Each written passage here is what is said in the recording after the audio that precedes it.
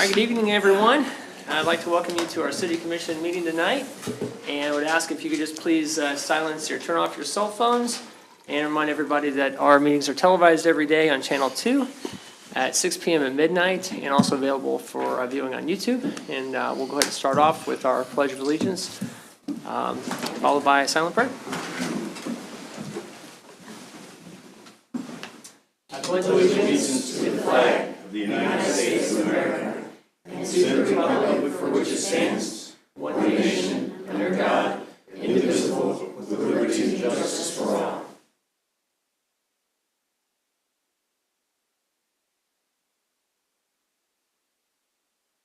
Amen.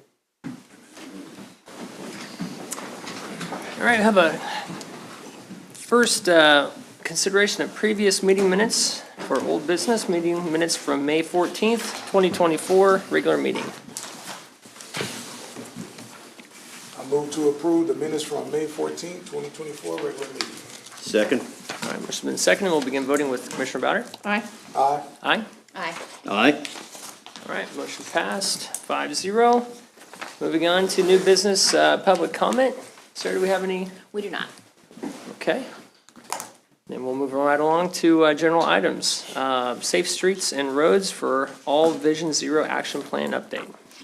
Mr. Mayor, Commission, the Public Works Director, Ryan Faust, will sit in on, some guests this evening. Good evening. Thank you, Mayor and Commissioners. The City of Leavenworth did apply for and was awarded a $350,000 planning grant to develop a Safe Streets and Roads for All, that's SS4A, Vision Zero or Comprehensive Safety Action Plan. The main goal of Vision Zero is to improve roadway safety by significantly reducing or eliminating roadway fatalities and serious injuries. The action plan will be used to identify and prioritize a set of Vision Zero street projects and potential system-wide safety programs. The action plan will also provide the documentation necessary to meet the requirement for the City of Leavenworth to apply for future Safe Streets and Roads for All discretionary grants. This evening, we have been working with WSP and Mr. David Church with WSP, and Anthony Gallo from Kimberly Horn are here this evening to provide the update. Cool deal. Thank you. Yeah, thank you. We appreciate the opportunity to present this information before you. I'm David Church, and project manager, and we just have a presentation ready for you today. This is the agenda we're going to cover, and so we'll get right to it here. We've been working with City of Leavenworth staff, Penny Haller, Mike Steffen, Brian Faust, Julie Hurley, and then our consultant team of WSP and Kimberly Horn. But we also have a technical advisory committee made up of some of the core team members, but also some key folks within the community. For instance, Superintendent Adams with USD 453. We have Miranda Agnew with she's the director of the Interfaith Community of Hope. Sergeant Brandon Mance with the Police Department, the Guidance Center, Parks and Rec, and so on. So they've been very helpful through this process. So what is Vision Zero? Well, Brian explained the purpose is to get to zero fatalities and serious injuries in the City of Leavenworth. Over the past 10 years on Leavenworth streets, there have been 17 people killed, 91 people seriously injured. And the unfortunate thing, and this is not unique to Leavenworth, but things are on the rise. Serious injuries and fatality are on the rise. And if you look at the information, not only fatal and serious injury, but like over 1,000 of injury and possible injury within that 10-year period. So if we focus on preventing those fatal and serious injury, it's going to affect a reduction in all the serious crashes. In the state of Kansas, as of last week, there have been 110 deaths, which is tragic. The good news is that that's 19% less than this time last year. So a lot of the things that KDOT's doing, a lot of the things that the cities and counties are doing are making a difference. And that's what we're here to help with, is to make a difference in Leavenworth. We're following what's called the Safe System Approach, which was developed by the Federal Highway Administration and part of their National Roadway Safety Strategy. The action plan that we're working with the city on has several components, one of which we did a best practice literature review, which we've completed. We've completed the data analysis that we'll go over with you momentarily. And we worked with our technical advisory committee on selecting focus areas to focus on, and we'll be talking about that. And then we'll be going into next, developing core safety principles and the implementation plan for the action plan, our next steps. How are we engaging the public? Early on, we developed a project website, which we've had a lot of people go to the website and provide their comments. It provides them an opportunity to learn about Vision Zero and be able to stay informed. We had a quick poll that showed that early on that not a lot of people knew much about Vision Zero. Some people did, but we feel like through this engagement, a lot of folks are learning about it, and we've been very happy with the support. We also asked, what are the 3 top things affecting your safety on the roadways in Leavenworth? Number 1 was potholes, but that's what everybody thinks about, when they're asked a question about transportation. But distracted driving, people driving too fast, lack of enforcement, drivers not yielding or stopping at intersections, and some challenges with sidewalks came up. And those, the good thing is these align with a lot of our focus areas. So this is what's important to the public, and this is what we're focused on.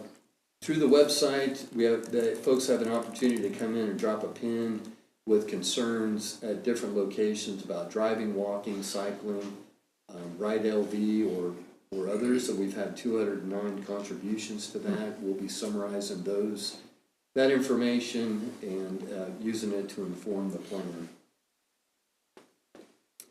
We've also had a series of pop-up meetings at different events that were already scheduled. And I've seen many of you at those events, so I appreciate your all support. We have one tomorrow night, which is the late night under the lights bike race at Warren Middle School. We're also going to be at the Juneteenth parade and festival, and we're starting to plan for the public open house at the Riverfront Community Center in August. So let's go over some of our safety analysis. I'm going to ask Anthony to kind of run through this stuff with us. Sure. So we've developed what's called a high injury network, which is basically just mapping out where the majority of our fatalities and serious injuries are happening. Perhaps not surprisingly, it's on the busiest streets in the city: 4th Street, 10th Avenue, Eisenhower, Spruce, stretches of 20th. So 58% of fatal and serious injury crashes occurring on just 9% of the street mileage in the city. And then we've also developed another tool called a high-risk network, which is looking at not necessarily crash history, but looking at crash risk given various attributes and characteristics. The high-risk network generally aligns with the high-injury network, and what we see is that these busy arterial corridors, Metropolitan, 4th Street, Spruce, 10th, those are your facilities that have the highest risk for fatalities and serious injuries. So we've also done that at an intersection level as well, so we've identified, and we'll have all this documented for you all, the most dangerous intersections in terms of attributes and crash history. Looking at the crash data that we have is pretty detailed. We can look at things like contributing circumstances, different types of crashes. So we can look at which types of crashes are more likely to be fatal and serious injury crashes. So none of these will be too surprising, but crashes that involve either a cyclist or a pedestrian are much more likely to result in fatality or serious injury. Crashes where the vehicle overturns or is rolled over, same thing. We've mapped out where crashes are around the city, and we've broken this down by different types of crashes. I'll direct you here to the map on the right. It's a heat map of bicycle and pedestrian crashes. And what you'll see on the map is there's a few key locations where a lot of those are happening. Downtown, perhaps not surprisingly, but also a hotspot down near the high school, and then at the 10th and Limit intersection right nearby. 4th and Eisenhower also sees a pretty heavy amount of bike ped crashes. I know there have been some recent improvements that have gone into place recently there. Also, just looking at where crashes are happening at intersections or mid-block or along our highways. Heavier percentage of fatal and serious injury crashes happening at intersections, which is not too surprising given the context of the city. A higher percentage of fatal and serious injury crashes are taking place in those 2 census tracts that are noted here. These are tracts that are designated as historically disadvantaged communities by the federal government. So, if all things considered, we would expect sort of an even breakdown across the city, but in these tracts in particular, relative to their population or area or center line miles, they have a disproportionate amount of fatal and serious injury crashes happening. And the same for bike ped as well, yeah. a higher risk. Yep. When we look at driver age, this one also stood out to us that a high percentage of fatal and serious injury crashes happening those under the age of 20, and then folks, older populations as well, above the age of 85. So that's sticking out, and you'll see that as in our focus areas coming up. Driver impairment, this is pretty consistent with national and statewide trends as well, but fatal and serious injury crashes are more likely to involve alcohol or drug impairment. So we used that information and worked with our technical advisory committee to select different focus areas. The first is speed. The second is vulnerable road users, which are pedestrians and bicyclists. Next is impaired and distracted driving together. Young drivers, signalized intersections, and then arterial streets. And we met April 23rd and 24th here at the city with those different teams to focus in on those areas specifically and come up with some countermeasures, draft countermeasures. So the vulnerable road user information, as Anthony just showed, we kind of have these different areas where they're focused in. We're also using a new tool that KDOT that was developed recently for KDOT called the Kansas VRU Safety Assessment Tool. WSP, the company that I work for, led that project, but it's not on the highway system entirely, it's on the whole transportation system in Kansas. So you can go to different cities and counties and see where there are risks and where there are bike and ped related crashes on the system. We're going to use that as part of this project to develop a plan. Some different countermeasures, and Anthony, you might want to run through these. Sure. So for each of these different focus groups, we're providing a series of potential, mainly low-cost countermeasures to address either an infrastructure solution or a behavioral issue. So we'll run through a bunch of these really quickly. Some of them are fairly intuitive, but high visibility crosswalks. So you see the zebra striping, the fluorescent signage, making crosswalks more prominent. Traffic calming, and that can come in a variety of forms, whether that's speed humps or narrowing of streets, street trees, adding medians, even adding on-street parking.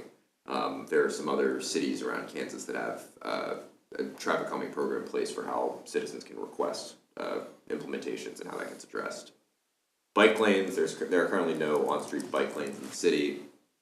They can come in all shapes and sizes, depending on how much protection we can afford to provide for users. So a few others we'll just have noted here. There's a lot we can do with signal retiming. You can provide dedicated time just for pedestrians to cross in advance of when the vehicles get green. That's called a leading pedestrian indicator or leading pedestrian interval. Those are pretty effective. On the previous slide, David showed quick build deployments with like basic bollards and paint. You can do a lot to just narrow the profile of an intersection and reduce the amount of distance that a pedestrian has to cross, put them at less risk. Those can be built on the cheap. There is some funding available from KDOT to update the city's Safe Routes to School plan. I mentioned a traffic calming program, implementing a program like that, making crosswalks more visible. Also, there's a deployment being constructed at Henry Leavenworth Elementary for a rectangular rapid flashing beacon. You just want to press a button and it flashes. It's activated by a pedestrian push button. Yeah, when we looked at impaired and distracted driving, a lot of these they're behavior related. So 1 in 10 fatal and serious injury crashes as a result of impaired driving, and nearly 1 in 6 due to distracted driving, and probably higher than that with all the distractions that we have. Impaired driving, this is where they're occurring. One thing that we've been working with the police department on is, or at least the representative, is this hot spot on Spruce Street, kind of between the bowling alley and the drive-through liquor store, seems to be kind of a hot spot in there. So. It's a dinosaur right there. Okay. Distracts him. Yeah. Dinosaur's distracting, yeah, good one. So we're working with the police department on providing this information. Distracted driving is really, all over town, but you can see a propensity along Eisenhower here at some of the intersections as well. And so some of the draft countermeasures, one thing that we heard over and over again, and it was unsolicited, was that folks in Leavenworth run red lights. Yeah. And, we've heard that at the pop-up meetings, and the data shows that. So one thing that we're recommending is some kind of a campaign that focuses on that to try to make people aware of it and hopefully make them aware to, watch and stop doing that. Retroreflective backplates on your signals, those just help make the signals more visible. Working with bike and MAD advocates on being aware of substance abuse and personal safety issues. Continued enforcement by the police department, and then maybe looking at hands-free laws or with regard to hands-free for cell phones and things like that are possibilities. Anthony, you want to talk about speed? Sure. So speeding, not surprisingly, higher the speed, the higher the likelihood of fatalities and serious injuries. It's not linear. The risk goes up exponentially. 20 miles per hour has actually been proven to be sort of a sweet spot of if you are a pedestrian and you're hit going below that, you're likely to survive. Above that amount, much lower likelihood of survival. I know there's some 20-mile-an-hour streets in the city already, but obviously speed correlates closely to fatalities and serious injuries. And you can see it here in the data that in terms of all crashes, speeding is only associated with 6% of crashes in the city, but 16% of your fatal and serious injury crashes, so nearly 1 in 6 are the result of speeding. If you look at where speeding-related crashes are taking place all over the city, it's spread out kind of all over the place, along some of the major arterial corridors like 10th and 4th, but really spread throughout the city as we see through the maps. Various countermeasures that can attempt to get at high speeds. We see the speed feedback signs that are out currently on K7 as you're heading in downtown. They're effective putting more of those out. On the enforcement side, penalties, there can be, there's some contention around what those look like, but also pairing that with high visibility enforcement and making folks aware of that enforcement. Roundabouts are proven to reduce speeds. I know those can be a little bit contentious as well. One option to consider for residential streets or mini roundabouts, the screen capture here is from Overland Park, basically just taking a stop-controlled intersection and putting a mini roundabout in the middle as opposed to completely reconstructing something for several $1 million. So the draft countermeasures that we're looking at here for speeds, again, traffic calming, we talked about that a little bit because it also addresses bike ped issues, speed feedback trailers, quick build traffic calming, I mentioned that earlier as well.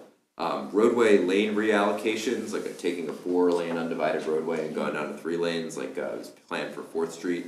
We'll get to that in a few slides, and then roundabouts.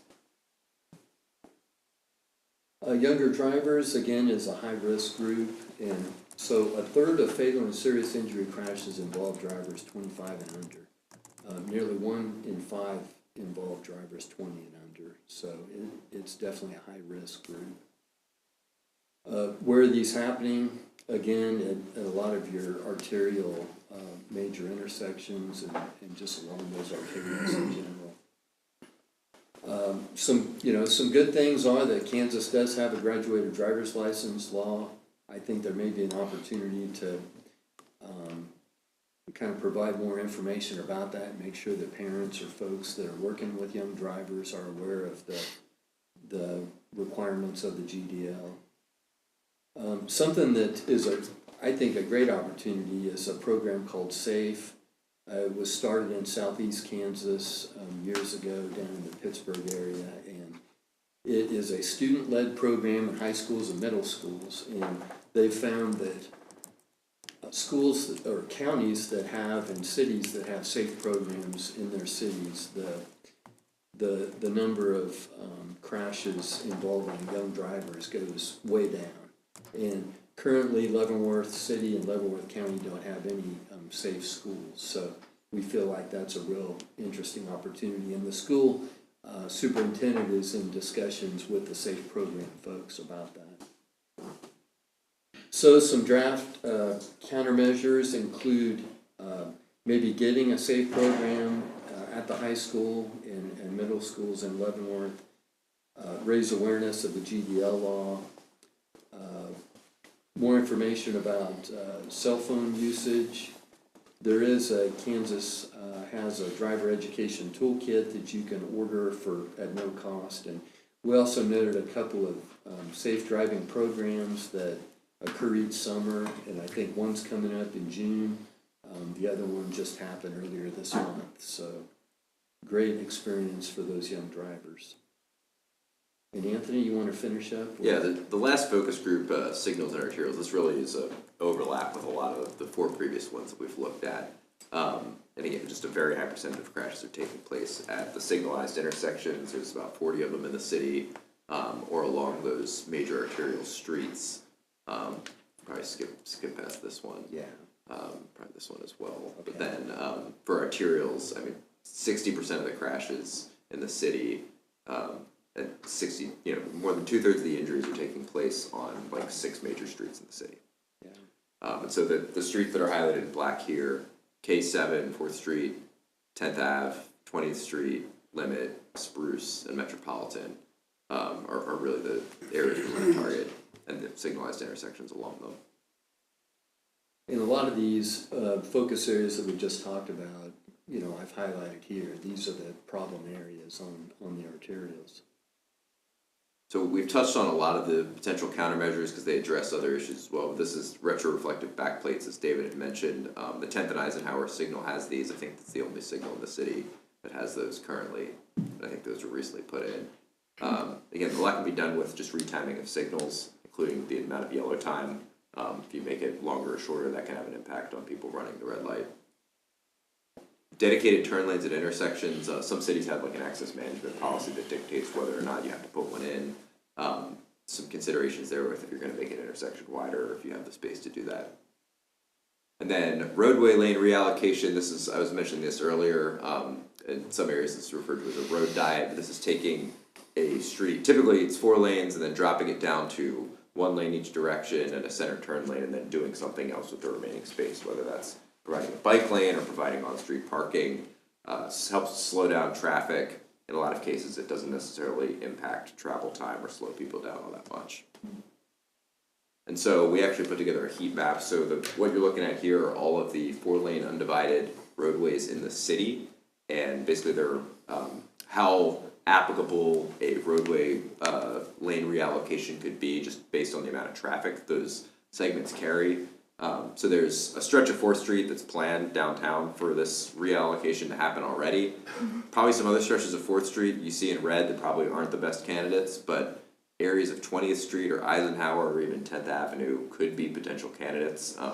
Warrant a little bit further study, but based on where this is taking place all over the metro area and around the U.S., could be a good bang for your buck type project. So again, we've touched on a lot of these countermeasures, but leading pedestrian intervals and signal retiming, a lot can be done there on the cheap. for improving safety for pedestrians and for drivers, retroreflective backplates, KDOT funding's available, that's also a very low-cost deployment. The pedestal signals downtown, we've heard some issues with folks not recognizing them, just making them more prominent to drivers. Roundabouts, again, can be a safe alternative to signalized intersections in some cases. They're not, not always the right call, but sometimes they can be a good improvement. And then adding left turn lanes, or we see a lot of, in some of the intersections around the city, there's a left turn lane, but no left turn phase, so there's no green arrow, just the green ball. Folks don't realize that, leads to a lot of crashes. And then the roadway lane reallocation we just talked about, feedback signs, the high visibility crossings.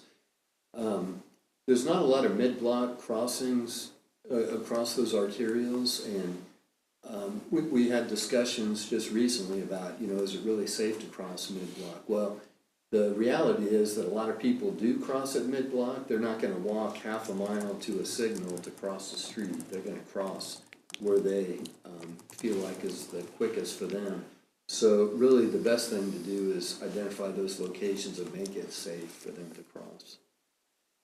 And also developing an access management policy for the city. So just wrapping up, next steps, our project schedule, develop a draft Vision Zero action plan for submittal to the city and the TAC in July. Planning for that open house to share some of that information with the public and get their feedback before we finalize the plan. Finalize the plan in September, and then we have some ongoing performance measure reporting to the FHWA that we're helping Brian with as well. So I just want to thank you for the time and attention. I know that's a lot of information, and just want to ask if you have any questions. Thank you. Anybody?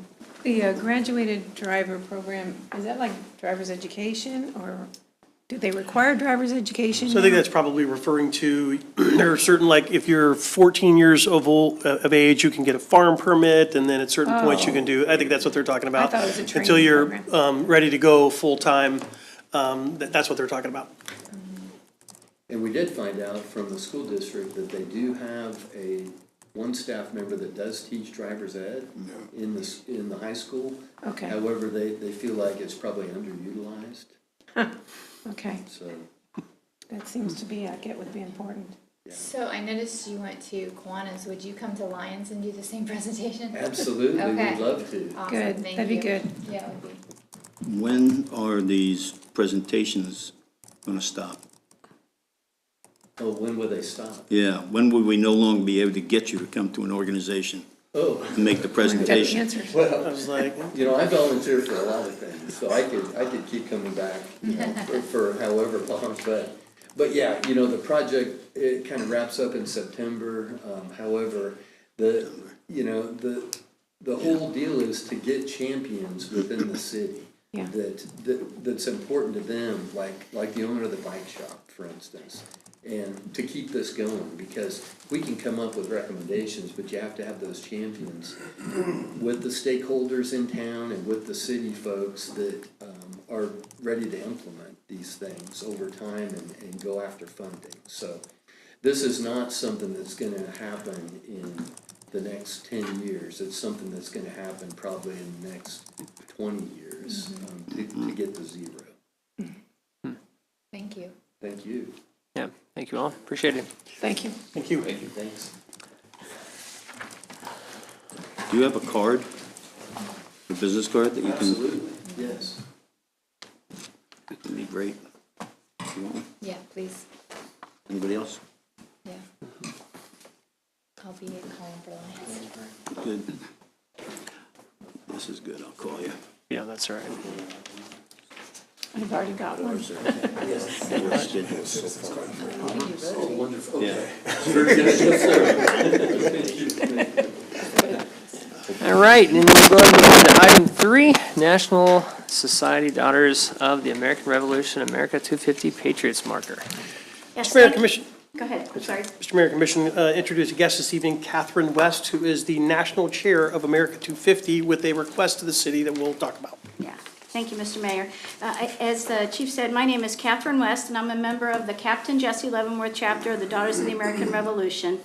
Our chapter was founded in 1906 here in Leavenworth, and we have been named after Revolutionary War patriot Captain Jesse, otherwise known as the father of the more famously known Henry Leavenworth.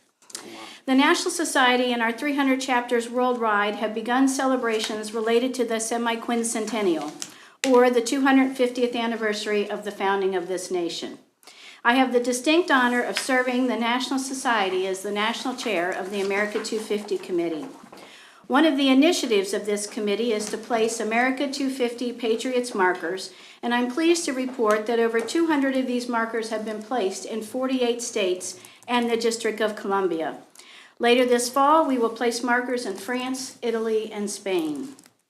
As the first city in Kansas, Leavenworth is the appropriate city to have one of these America 250 Patriots markers, and the Captain Jesse Leavenworth chapter would like to present this marker as a gift to the city and its citizens. The bronze marker reads, "This marker commemorates the men and women who achieved American independence. These patriots, believing in the noble cause of liberty, fought valiantly to found a new nation, 1775-1783. If our gift is accepted, the chapter would also like to host a reception following the dedication of the marker. It has been suggested that the marker could be placed in the light court outside these chambers. I believe you've been furnished with information about the DAR and the markers, including pictures from some dedications that I attended, including in Kodiak, Alaska, Boise, Idaho, and Butler County, Kansas. I'd like to express appreciation to the staff for meeting with us and for guiding us through this process. Thank you for the opportunity to present this proposal. The DAR and the Captain Jesse Leavenworth chapter look forward to this special time in the history of the United States of America, and placing this marker will be a catalyst for future events. I'm happy to answer any questions for you. Thank you. Powerful. Thank you. So just briefly, Mr. Mayor, her team, Sarah and I came and we visited a couple of different locations, and it was our suggestion and recommendation. There's similar markers in the light court from World War II and Korea and Vietnam, and so it's probably a similar theme. So that was our recommendation. I think they selected a site location that they'd recommend that's out in the cut that was provided as a package. So we're ready to answer whatever questions you have relative to that. Okay. I don't have any questions. Anybody? Let's say congratulations on a national position. Thank you very much. Yeah, that's very cool. Great presentation, loved it. Thank you, Ms. West. Then to proceed, I guess we need a motion To install? approve accepting the gift and allowing the marker to be put in the light court, and then we'll reach out at some point, work with her team about when the reception would be. Okay. I move that we accept the gift and authorize installation in the City Hall Light Court. A second. Motion made and seconded. We'll begin voting with Commissioner Hingula. Aye. Aye. Aye. Aye. All right, motion passed 5-0. Thank you very much. Thank you. All right, we'll move on to bids, contracts, and agreements. Item 4, consider approval to purchase municipal service center storage building. Mr. Mayor, Commission, the interim police chief, Danny Gademus, will present this matter this evening. Good evening, Mayor Martin and Commissioners. Good evening. Police Department is here tonight, along with Public Works Department, to request approval to purchase a storage building that is 80 foot by 60 foot to be constructed at the Municipal Service Center. The building will be used to house equipment and vehicles from both departments. Vehicles that are expensive and sensitive need to be kept out of the elements and secure, along with the Public Works equipment. This item was originally approved in the 2022 Capital Improvements Program in the amount of $150,000. Initial bids on the building exceeded the funding, and so the project was tabled, and additional funds were added in 2023 Capital Improvements Program for a total amount of $300,000. Staff revisited the building specs as prices continued to be more than we intended to need. And we were able to get 3 quotes, the lowest being from QSI, Quality Structures Incorporated, in the amount of $71,730. That is for the building. Additional funds will be necessary to have the building finished with a concrete floor and electrical work and things of that nature, so. In summary, we just request that you approve the purchase of the municipal service center storage building in the amount of $71,730 from QSI. And I'll be happy to answer any questions about the project. Cool deal, thank you. Sounds good. Questions?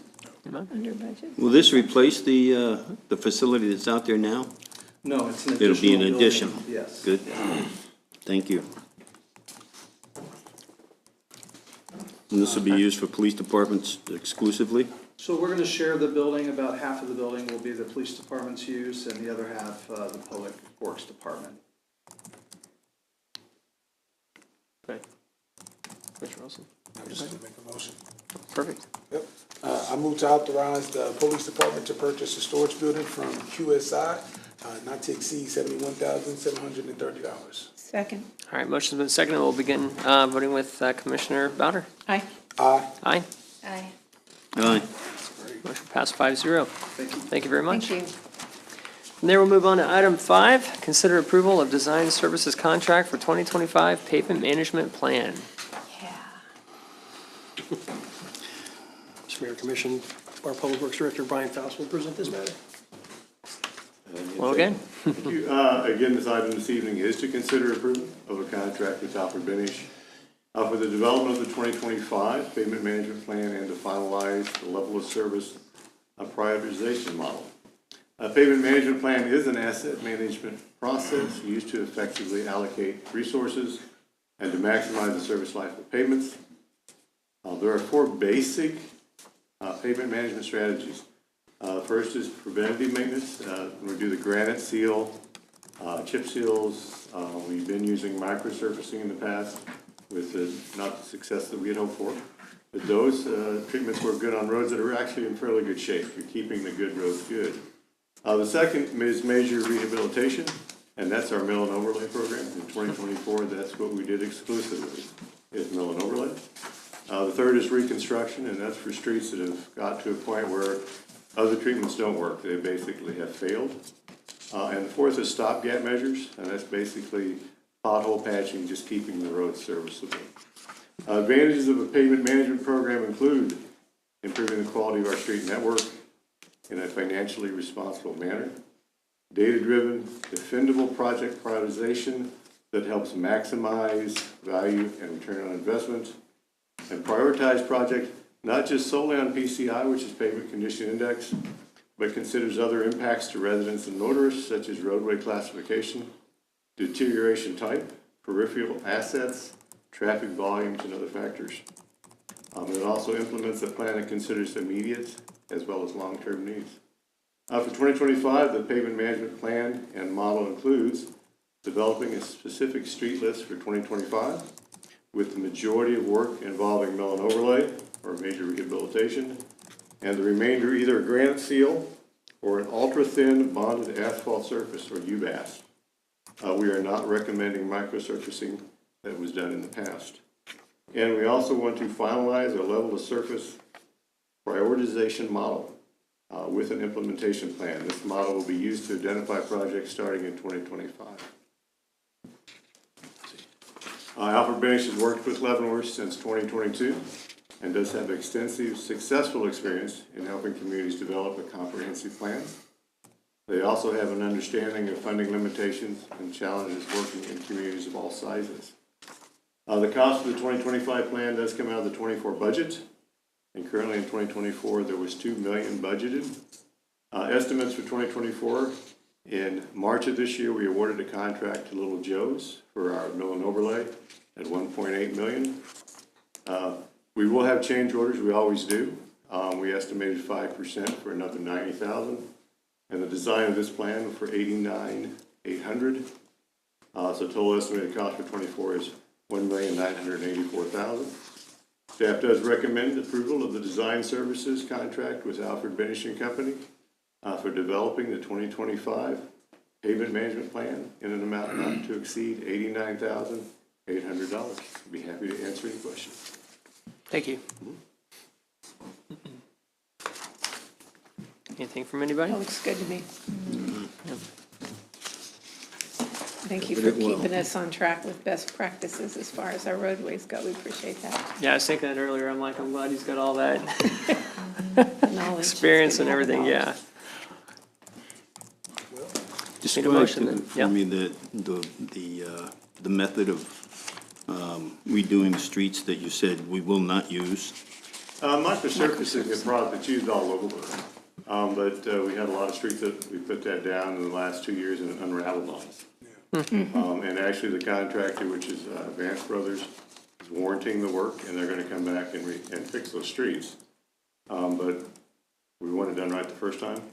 Yeah. And so, this past fall, we actually went and looked at our granite sill that we've done in the past, our pressure pave that we've done in the past, the microsurfacing that we've done, and we came to the conclusion that the granite sill and the pressure pave actually were holding up very well compared to the microsurfacing.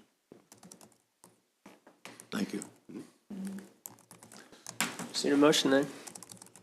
I move that approval of the design services contract with Alfred Finishing Company for developing the 2025 pavement management plan in the amount not to exceed $89,800. Second. All right, motion's been seconded. We'll begin voting with Commissioner Hengela. Aye. Aye. Aye. Aye. Aye. All right, motion passed 5-0. Thank you. Okay, staff reports. Fire Department 2023 Annual Report. Chief Birch? Hey, Chief? I'm glad it's been moving fairly quick tonight. That way, I was out here by 8 o'clock.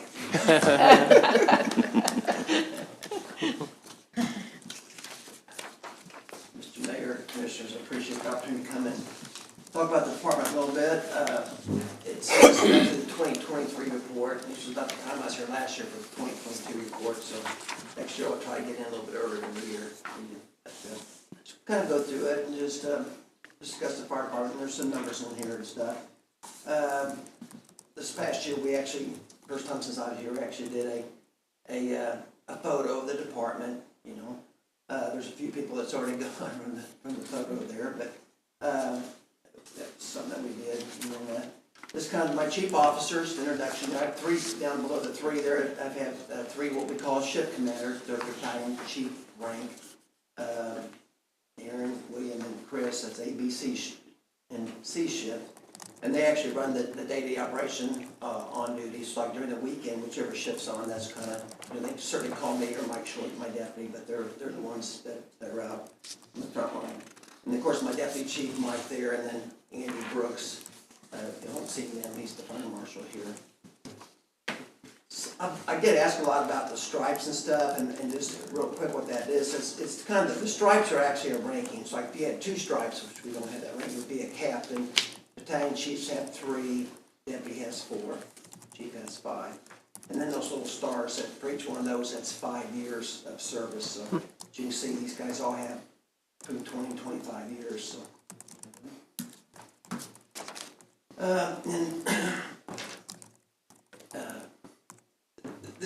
I think this was 2023 was a good year for us, really. You know, and I can mention that bad word that happened in 2020, but actually, if you recall, 2022 was a tough year because we were so short staffed and stuff. So we was challenged with overtime to get people to work, but I think we're kind of out of that now and moving forward. One of the things, our dynamics has changed in the department. You know, we require, before we hire someone, they have to go through, and probably, you know, a total probably be 2 semesters possibly. You could probably do it in 1, but it makes it a little tougher. But you have to go to a junior college somewhere and get what's called Fire 1, Fire 2, hazmat operations, and then there's a physical fitness component also. And then you have to be a licensed EMT. And that's probably the toughest part for the EMT, at least it was for me, on the medical side. So once they have those certificates, then they're eligible to be hired. And even though we hire people, the fire service traditionally, it's always been that it's the more senior people teaching the younger people on calls, as I'm talking about out there on that truck. And as the dynamics have changed, because as we have more and more people with seniority that's retiring and stuff, it gives us less actual experience out there in the field.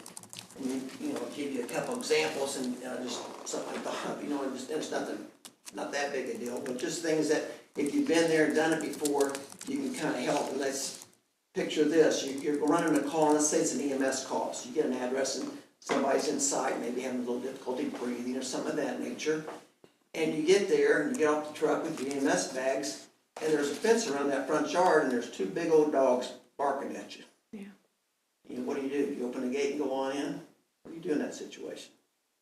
Well, if you've been around it for a while, someone grabs a booster off, that's a fire hose, that's a red fire hose, and you have them crank up about 200 pounds of pressure, and you tell them guys, the EMS equipment stay with you, and you can put that water in them dogs, you keep it, them dogs will turn back to get in the house. Just little things like that you just get to experience.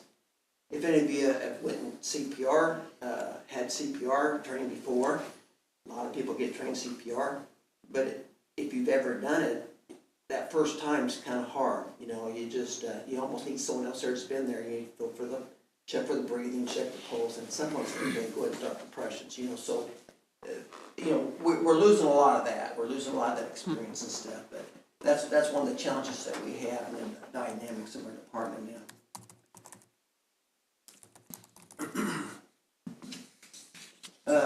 Get into response activity. We're probably up. We had 3,187 calls last year. It was up. I checked. We're up almost 100 from last year. Still averaging about 8.73 a day. Some days you may have 1 or 2 calls. Some days you may have 14, 15 calls. But it averages out 8.7. Our EMS, we're at 2164, which we're running about 68%. And actually, that's kind of low. Actually, a lot of departments, it's pushing a little bit over 70. So we might have got 69 or so last year. So that's a good number to be at. And then I went ahead and just kind of threw in some other things there. Motor vehicle accidents, we had around 147. Rescue calls, 11. And an example of that maybe we run a lot of times where someone will be stuck on an elevator or something of that nature. So we'll go down there. Water rescue, we have the boats, and that's where we'll get a call a lot of times. But occasionally we've had things that, in fact, one time we had a car in the pond that was kind of in front of St. Mary's up there. But if it rains or an intersection, but most of those are actually deploying to the boat ramp, for the river, somewhere in the river or something. Hazardous conditions, we run a lot of calls with maybe a gas line gets hit at a construction site, one of those, and or CO call or something of that nature gets categorized under that. So as far as at fires and stuff, the civilian injuries, we had no deaths, that's good. We had 7 civilian injuries last year on, what else was that? The next slide is incident totals and response times. And I did it, if you look at the first one, it says incidents by fire stations. And actually what that is it's not actually that station, it is that station, but we have our city divided up in 3. And we have what we call zones. So like at Station 1, there's zone 101, 102, and if it comes in, this would be in zone 207 or whatever, well then Station 2 knows they're going to be first up. The other trucks, sometimes depending on what they call, they may be running into those zones also. So, they have an actual apparatus recorded as a run, but those are the calls in that zone. So around Station 1, it's 437, Station 2, 1623, and Station 3, 1130. The other little ring there is by each company. So the battalion chief, Engine 1, Engine 2, Engine 3. And Station 3 actually has the most calls, as you can see, 1429. Station 2, we have 2 companies here. We have the engine, and then we have also the Quint there. The Quint runs EMS calls on the west side of 10th Street. And then, but a lot of times they go together. So some of them, so in other words, if Quint 2 went totally away, it wouldn't add 1,034 calls to Engine 2, because a lot of those calls are going at the same time anyway. Right. So, national stuff looks at what they call fractile response times goals. And there's some other areas. There's the dispatch time. The dispatch says 911, what's your emergency? Till they hit the tone is out. That's dispatch time. Then we have the turnout time, that's when we hear the tone, we actually get on the truck and out the door. And then, of course, travel time. And the fractile times, what that is it's 90%. So in other words, when they do that, when we was doing it a few years ago, we actually had a company that was helping us. They take off the outliers, so 10% high, 10% low. They take those off. And this here, the national, is the fractile times of turnout of 120 and 4 minutes actual travel. And so when I do actual times there, we're doing really good. When we try to look at the fractile times, it changed on us a little bit. It actually got, the turnout went to like 220, and the travel time pushed over 4 minutes. Now I'm thinking, I don't like that fractile time, it looks good.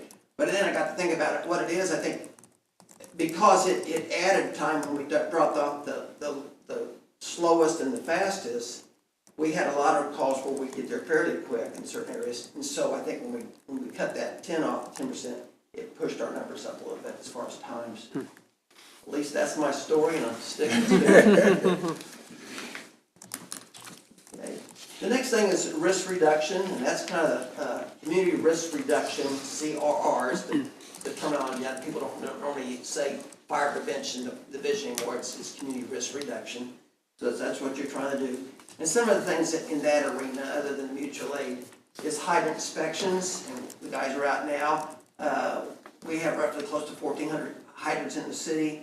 And we actually turn on and flush a third every year. And they comes around and move around. They go by, supposed to do a visual check on all of them each year to see if they see any obvious, maybe a cap's off or something of that nature, or if it needs to be painted. Take care of it or something, sometimes weeds and stuff up and around it. But they actually flow a third. And actually, that way if something's wrong, we can let the water department know, and they're real responsive about getting out there. We let them know what area in the city we're in every day. The other thing too, it also helps with quality water, because sometimes, it helps flush the system, so they like us doing that too. So we work with them, very good relationship with the water department. Public education, actually thought it's real close to last year, but that's going to be comprised of, sometimes we have people come to the stations, bring kids by the station. In October usually is our busy month. We go to the schools and do public education. And sometimes we get asked to go to a resident or a party. If someone's having, we don't do birthday parties at the station, but if someone's having a birthday party, for example, or Cub Scouts instead of being at church and they ask us to come by, we take the truck over there and do that. So we do those kind of things. Business inspections, last year we did 827 business inspections. We had 617 violations. Now that doesn't correlate. A lot of those are small things, maybe the extinguisher's out of date or something of that nature, and they may be several at one location. So we try to get those corrected. And usually it's just a letter and it gets corrected. Fire marshal visits with them. And then plan reviews, the fire marshal in that division, they look at the plans and work with the second floor here, how on building plans and codes and stuff. And then last year we installed 20 smoke detectors, and the year before we installed 30. But that just kind of has people call and ask for and stuff. We go do that or change the batteries, something of that nature. A lot of people realize you don't do that, that you do that, realize that you do that. Well, we try to get it out there a lot. Say it tonight, say it again. We've even had some help from Miss Flame. That's right, you did. I put the mutual aid here just on the slide, but basically, we help other cities and they help us. For example, the grass fire we had every department in the county in here helping us. Very appreciative. They have the brush trucks and things of that nature. But we went out last year. We gave a mutual aid 22 times last year, and then we received it 11 times. Probably the District 1 and the fort, we call fort a lot. You just on the north end of town, we'll call it fort. And they really like getting off post, and they don't get any fire calls and stuff, so they show up a lot of people, so we like calling them. Training and development, this is something we need to really boost up a little bit. Even the ISO and all, we're supposed to have in fire training 212 hours per firefighter per year. And when I did the division, decision a while ago. We're a little short on that. Sometimes I think our guys do a lot of training. I see them a lot. Sometimes I often, when I keep trying, I always tell them, make sure you get it recorded, in the system. So if you don't put it in there, we can't pull it back out. But ISO only looks at fire type stuff. So like the officer development would be counted, and the apparatus driver would be also. As far as fire with the ISO rating, they don't look at EMS or hazmat or any technical rescue stuff. But anyway, that picture there is the actual prop that a couple of firefighters, wanted to build, and we bought the materials, and they had 3 or 4 out there working on it, built that for roof ventilation and stuff. So we've got a great bunch of guys. Last slide is capital improvement. In 2023, we replaced the back apron at Station 1, and that was probably the biggest thing. Wasn't the most costly, but that was the biggest thing. The stations, are over 20 years old, Station 1 and 2, and so we actually we have a lot of problems with them overhead doors and stuff, so we replaced those overhead doors. And then we did a building access control at Station 1 and 2, which makes it really nice, so everybody's can get in and do the code. The main door admin is open during business hours, but it just requires a little more security. Someone, if the door's up, the apparatus space, someone just can't walk in and get into the station. You gotta have a code or something. So, so that's what we do there. So we got that in place, and then that was the 3 major things this year. I talked rather fast. Good. No, you're good. I just appreciate you, and, as you know, my daughter, she was in a bonfire accident, and, so she's an advocate for fire safety, and you've always done a great job working with her, and I appreciate it. And, how is your supply of smoke detectors? Do you need her to? We have plenty? Money. Yeah. Okay. Yeah, we just recently had some donations too, so. Oh, good. So. I appreciate that. Staff-wise, how are you guys, holding up? Right now, we're 2 down, technically 4. We have 2 guys deployed, National Guard, so that always helps us a little bit, but yeah. Yeah. How does the recruiting turn out when you go in advertise at St. Mary's? Well, a lot of times, and I talk to people all the time. If I'm at, coffee places, wherever I go, I talk to young people. A lot of them just never even think about being a firefighter or something. And not everybody wants to go to college, and I understand that. And it's more of a trade. It's basically training that they go to, so it's not like regular semester, but it's about a semester to get your EMT. Okay. So. Yeah, I don't know if we've ever pulled anybody from St. Mary's specifically, but yeah. Thank you. Lou? Yeah, thanks for the report. Appreciate it. Okay, we will move on. I only have 4 stripes on my uniform. I'll be getting more stripes tomorrow. Yeah. Birch has 5. I did not know that. Be taking care of that immediately tomorrow morning. I did not know that. I know. You didn't have them outstrip you. Right, that's a total shock. That's funny. We'll move on to our consent agenda. Exactly. I move that we approve the claims from May 10th, 2024 through May 23rd, 2024, in the amount of $881,794.48. Net amount for payroll number 10, effective May 17, 2024, in the amount of $452,035.90, and that includes police and fire pension in the amount of $7,491.38. Second. All right, motion's been seconded. We'll begin voting with Commissioner Bowder. Aye. Aye. Aye. Aye. All right, motion passed 5-0, and then we'll go around the horn. Very briefly, Mr. Mayor and Commissioner, I know you're aware of that, but I want the public to know that the announcement for the city manager position went public on Friday, and so the firm is collecting applications. Ms. Lanter informs me we have 6 or 7 already, so that process is well underway. The application process will stay open for about a month, and then we'll turn our attention to guiding you through, looking at all the resumes. So that's ongoing. Away we go to pick a replacement. That's it. Okay, thank you. Chief, I appreciate you getting done well before 8 o'clock. And I actually did have a question. And if you don't mind just answering a quick one. Did the trucks carry AEDs on them? Yes. Thank you. That's all I wanted to, and everybody out there, have a great rest of the week. The weather looks pretty good for now, so enjoy it. Get out there and use our recreational facilities, the swimming pool, which is now open, the splash pad, which everybody, I understand, is loving it. So, Cool down. Attended 2 Memorial Day ceremonies this weekend, and I just want to reiterate how lucky we are that we have such beautiful national cemeteries here in Leavenworth and Fort Leavenworth. And I'm hoping next year that we can get a wreath out there from the city of Leavenworth. We didn't have one this year, so I'm going to make sure that we do that. And today, unfortunately, I had to just kind of a shout out to the Bryant family. We had to lay a 22-year-old to rest today. It was very emotional. I just want to, the community really rallied around the family, and the city of Leavenworth is very powerful for that, so I appreciate that. So, Thank you. Commissioner Bowden?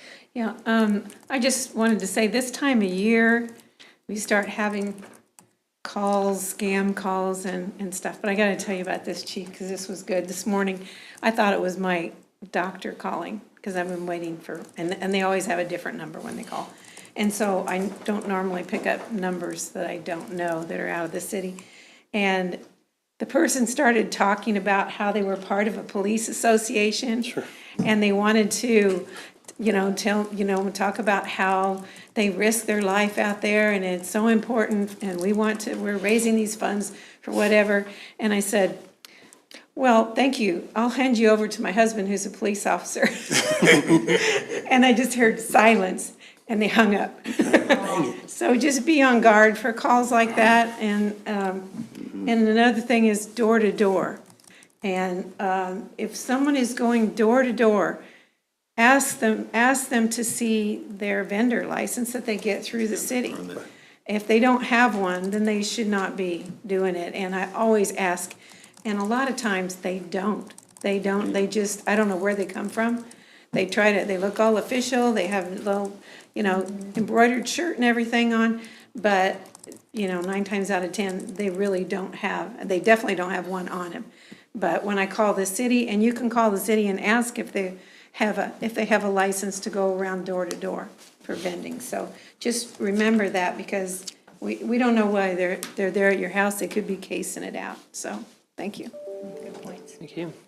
I want to give a special shout out to the Leavenworth Police Department for joining us this past weekend and playing flag football in Woodland Village. Yeah, that's cool. They had so much fun. It was exciting. The kids had an amazing time as well too. And special shout out to the Buffalo Soldiers for joining us as well.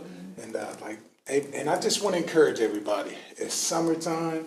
There's going to be some things that's going to be happening. I just want to encourage you all, instead of complaining about problems, serve and meet the needs of your neighbor and your community. Let us love and not judge. God bless you and have a great weekend. Are you bringing back so I can get it on record, are we bringing back the police versus basketball this year? Yes, we are going to be Okay. playing some basketball, and maybe Chief will be out there as well, our chief manager. I will referee. How You about and I that? will be captains. We'll be captains. Yes, it's on record. We're looking at July Hey, good. in the morning time. Right. I know, just wish everybody have a good, blessed week, and we'll see you next week. Motion to close. motion, so moved. All Second. right. All in favor? Aye. Aye.